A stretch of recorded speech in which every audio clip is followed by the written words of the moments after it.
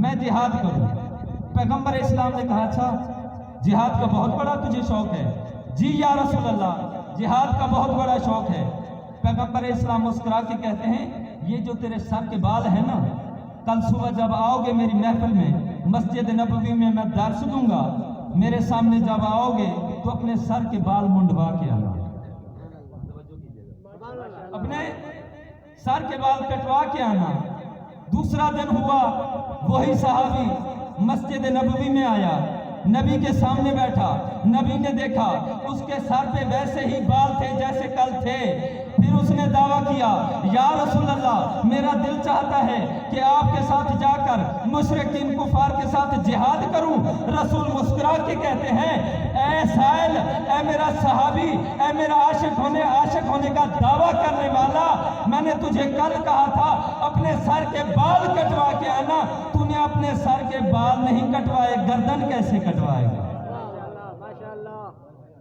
تو جو بندہ اس کے رسول کا دعویٰ کرتا ہے، کسی بھی مسلک سے اس کا تعلق ہے، فرقہ واریت کی بات نہیں کر رہا، انسانیت کی بات کر رہا ہوں میں، کسی بھی مسلک کسی بھی مذہب سے اس کا تعلق ہے، فقط یہ کہتا ہے میں عاشق رسول ہوں، لا الہ الا اللہ ہو، محمد رسول اللہ کا کلمہ پڑھنے والا ہو، وہ دعویٰ کرے کہ میں عاشق رسول ہوں، محب رسول ہوں، تو اسے چاہیے کہ رسول کی سیرت پہ بھی عمل کرے۔ رسول جو چاہتا ہے وہ کر کے دکھائے۔ کمال تو اس میں ہے کہ جیسے ہم دعویٰ کرتے ہیں کہ ہم رسول کے عاشق ہیں، کوئی ایسا وقت آئے رسول لاکھوں کے مجموعے میں سے ہم کو نکال لے کہ یہ میرا عاشق ہے اور میرا چاہنے والا ہے، میری سیرت پہ عمل کرنے والا ہے، پھر مزہ آتا ہے۔ یعنی ہم عاشق ہونے کا دعویٰ کرتے ہیں اور جو ہمارا معشوق ہے وقت آنے پہ وہ ہمارا عاشق بنے اور ہم اس کے معشوق بن جائیں۔ یہ کیسے ہوگا؟ ہماری زبان سے نہیں بلکہ ہمارے کردار سے ثابت ہونا چاہیے کہ ہم عاشق رسول ہیں۔ کسی غیر مذہب غیر فقہ کا بندہ جب ہمارے سامنے آئے، ہماری عادات، ہمارے خصائل، ہمارے کردار کو دیکھے تو اسے پتہ چلے کہ یہ عاشق رسول ہے، بجائے اس کے کہ ہم کہتے رہیں کہ ہم عاشق رسول ہیں، ہم عاشق رسول ہیں۔ اور مجھے دکھ اس بات کا ہوتا ہے کہ اس دور میں کچھ ایسے نامراد لوگ بھی ہیں جو کلمہ بھی نبی کا پڑھتے ہیں اور کہتے ہیں کہ نبی ہم جیسا ہے۔ شرم آنی چاہیے ایسے انسان کو جو نبی کا کلمہ پڑھے، محمد رسول اللہ کی گواہی دے اور پھر کہے کہ رسول ہم جیسا۔ دیوار کے پیچھے اگر رسول چلا جائے تو اسے کچھ سنائی نہیں دیتا۔ نہیں بابا نہیں، اسی اسنا میں میں تجھے ایک واقعہ بتلاتا رہوں۔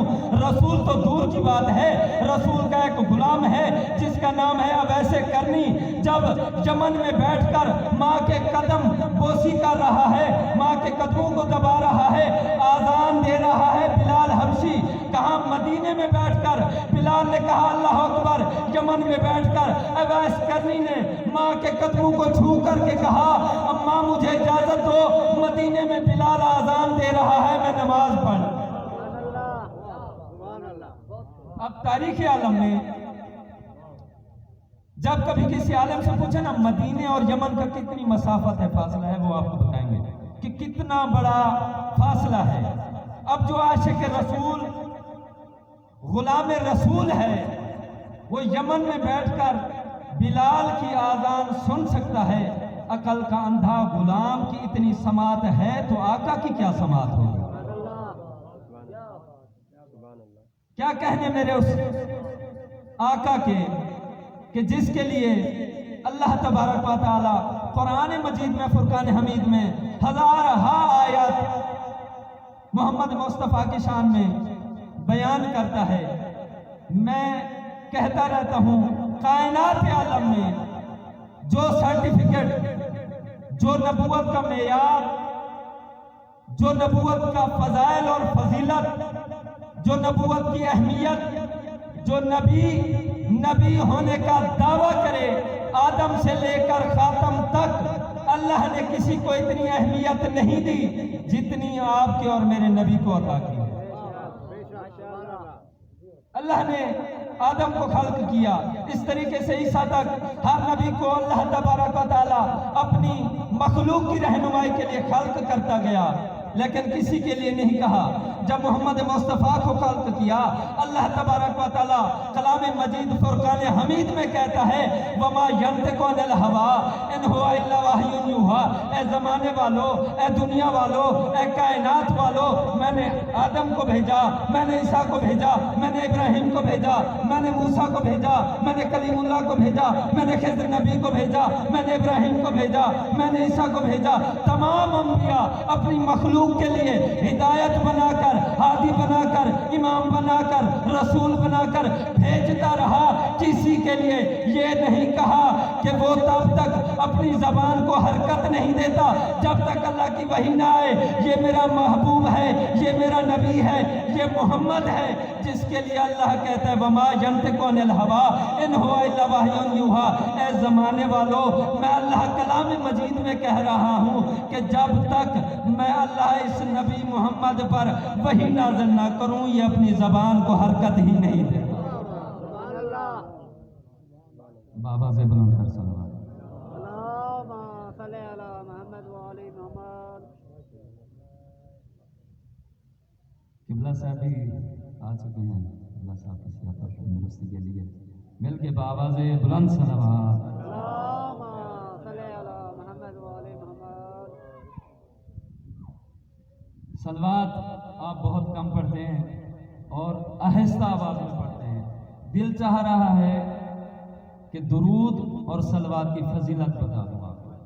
جو مومنین کم آواز میں درود پڑھتے ہیں نا، تو وہ ضرور اس فکرے پہ غور کیجئے گا۔ جب معراج کی شب محمد مصطفیٰ جا رہے تھے نا، پہلے آسمان سے دوسرے آسمان پہ، دوسرے آسمان سے تیسرے آسمان پہ، تیسرے آسمان سے چوتھے آسمان پہ پہنچے تو ایک عجیب سا عالم دیکھتے ہیں، ایک عجیب سا واقعہ دیکھتے ہیں کہ ایک فرشتہ ہے، اس فرشتے کے ہزاروں ہاتھ ہیں، ہزاروں ہاتھوں کے اوپر لاکھوں اور کروڑوں انگلیاں ہیں۔ محمد مصطفیٰ اس کے قریب گئے، دیکھ کر کے کہتے ہیں فرشتے یہ بتا تیرا کام کیا ہے، تیرا عمل کیا ہے، تیرا وظیفہ کیا ہے؟ تو ہزاروں ہاتھ رکھنے کے باوجود، لاکھوں اور کروڑوں انگلیاں رکھنے کے باوجود کون سا عمل انجام دیتا ہے؟ فرشتہ محمد مصطفیٰ کی طرف دیکھ کے کہتے ہیں یا رسول اللہ، اتنا تو میں بھی جانتا ہوں کہ آپ میرے عمل اور کردار سے واقف ہیں کہ اللہ نے میرے ذمہ کیا ڈیوٹی لگائی ہے۔ توجہ کیجیے گا۔ اب محمد مصطفیٰ مسکرائے، مولا نے کہا میں تو جانتا ہوں، لیکن ان کے لیے سوال کر رہا ہوں، اپنے آنے والی امت کے لیے، کہ آپ اپنی زبان سے بتاؤ کہ آپ کا عمل کیا ہے۔ وہ فرشتہ محمد مصطفیٰ کی طرف دیکھ کر کے کہتا ہے محمد مصطفیٰ تیری رسالت کی قسم، محمد مصطفیٰ تیری نبوت کی قسم، محمد مصطفیٰ تیری عزت کی قسم، محمد مصطفیٰ تیری رسالت کی قسم، محمد مصطفیٰ تیرے بھائی علی کی ولایت کی قسم، محمد مصطفیٰ تیری بیٹی زہرا کی عصمت کی قسم، حسنین شریفین کی کریمی کی قسم، اللہ تبارک و تعالیٰ نے کائنات عالم میں، پوری دنیا میں کوئی ایسا کام، کوئی ایسا ذرہ زمین پہ نازل نہیں کیا جسے میں شمار نہ کر سکتا ہوں۔ توجہ کیجئے گا، نتیجہ دینے لگا ہوں۔ اب کہتے محمد مصطفیٰ تیری رسالت کی قسم، اللہ تبارک و تعالیٰ نے میرے ذمہ فقط ایک ہی کام لگایا ہے۔ جب بھی کسی محفل میں، کسی مجمع میں، کسی جشن میں، کسی جلسہ میں تیرے ماننے والے، تیرے محب، تیری اہل بیت کے ماننے والے کسی محفل میں بیٹھ کر تجھ پہ اور تیری آل پہ درود بھیجتے ہیں، میں ہزاروں ہاتھ رکھنے کے باوجود، لاکھوں اور کروڑوں انگلیاں رکھنے کے باوجود ان کا ثواب شمار نہیں کر سکتا۔ وہ جو ہے درود کی اتنی بڑی فضیلت ہے، کیونکہ قبلہ صاحب آ چکے ہیں، زیادہ انہیں میں زحمت بھی نہ دوں، وہ ہمارے مہمان ہیں۔ بآواز بلند کر صلوات۔ صل علی محمد و بس یہ تھی آپ کے اور ہمارے نبی حضرت محمد مصطفیٰ حبیب کبریا کے فضائل، اور ہماری کیا بساط ہے، ہماری اوقات ہی کیا ہے، خاطی انسان ہے، مجرم انسان ہے، ہماری کیا بساط کہ ہم اپنی زبان سے سلطان الانبیاء حبیب کبریا کے فضائل کو من و عن بیان کر سکیں، بلکہ کہتا رہتا ہوں نبیوں کی بساط نہیں کہ محمد مصطفیٰ کے فضائل پڑھ سکیں، فرشتوں کی بساط نہیں کہ محمد مصطفیٰ کے فضائل بتا سکیں آپ کو، ان کے اتنے فضائل ہیں، بلکہ یہ کائنات عالم میں آدم سے لے کر عیسیٰ تک اللہ تبارک و تعالیٰ نے جس نبی کو بھیجا، ان تمام نبیوں کا تاج جس کے سر پہ رکھ دے ہم اسے محمد مصطفیٰ کہتے ہیں۔ تو فضیلت کا آخری ہی جملہ دل چاہتا ہے کہ محمد مصطفیٰ کے جو نائب ہیں ان کی بھی ایک فضیلت کا جملہ بیان کرتا چلوں، کیونکہ اللہ نے کائنات عالم میں آدم سے لے کر عیسیٰ تک جس نبی کو رسول کو بھیجا، کسی رسول کو بھی، کسی ولی کو بھی، کسی نبی کو بھی اتنی بڑی اہمیت والا وسیع نہیں عطا کیا جتنی بڑی وسیعت والا فضیلت والا نبی، اور اس نبی کو وسیع عطا کیا ہے۔ یعنی آدم سے لے کر عیسیٰ تک کوئی ایسا نبی نہیں جس کا وسیع علی جیسا ہو، توجہ کیجئے گا۔ آدم سے لے کر جناب عیسیٰ تک کوئی ایسا نبی نہیں جس کی بیٹی سیدہ کونین جیسی بیٹی ہو۔ آدم سے لے کر عیسیٰ تک کسی کے ایسے نواسے نہیں جیسے نبی کو نواسے ملے ہیں۔ بس فضائل کا آخری جملہ، اس کے بعد قبلہ صاحب کو ٹائم دوں۔ کتاب کا نام ہے الثاقب فی المناقب۔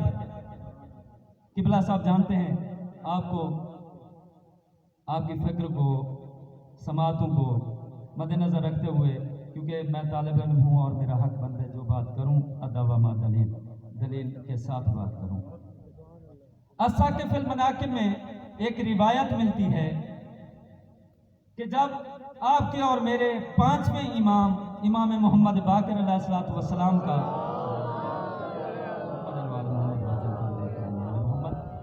انتقال ہوا نا، تو ایک خراسانی وفد تھا جس کا سالار تھا موسیٰ بن عطیہ۔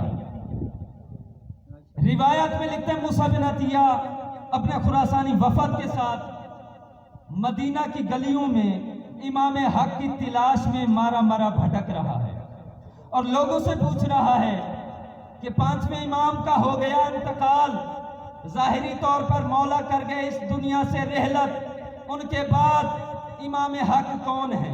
کسی نے بتایا کہ زید نامی شخص ہے مدینے میں، اس کے پاس چلے جائیں، وہ آپ کو بتائیں گے کہ امام حق کون ہے۔ جب زید کے پاس گئے دل مطمئن نہیں ہوا، زید سے اٹھے، کسی نے انہیں بتایا کہ فلاں صحابی ہے، نام فلاں ہے، اس کے پاس آپ چلے جائیں، وہ آپ کو لے کر جائے گا امام جعفر صادق علیہ السلام کی بارگاہ میں۔ بابا زبان تر سے تو جیسے ہی امام جعفر صادق علیہ السلام کی بارگاہ میں خدمت میں وہ خراسانی وفد آتا ہے، موسیٰ بن عطیہ لے کر آتا ہے۔ موسیٰ بن عطیہ کہتے ہیں مولا ہم چاہتے ہیں کہ امام باقر کے بعد حقیقی معنی میں امام حق کون ہے؟ امام جعفر صادق علیہ السلام نے بتایا کہ میں ان کا حقیقی جانشین ہوں، میں ان کا بیٹا ہوں، میں ان کا وارث ہوں اور وقت کا امام ہوں، اور واقعات جو ماضی میں ان کے ساتھ گزر چکے تھے مولا نے انہیں بتایا، مطمئن ہوئے، لیکن کہا مولا اطمینان قلب چاہتے ہیں۔ اطمینان قلب تو ابراہیم نبی نے بھی خدا سے مانگ لیا تھا، ہم بھی اطمینان قلب چاہتے ہیں۔ مولا امام جعفر صادق علیہ السلام نے کہا کیا چاہتے ہو؟ کہا مولا ہم یہ چاہتے ہیں کہ آپ اپنے نانا محمد مصطفیٰ کی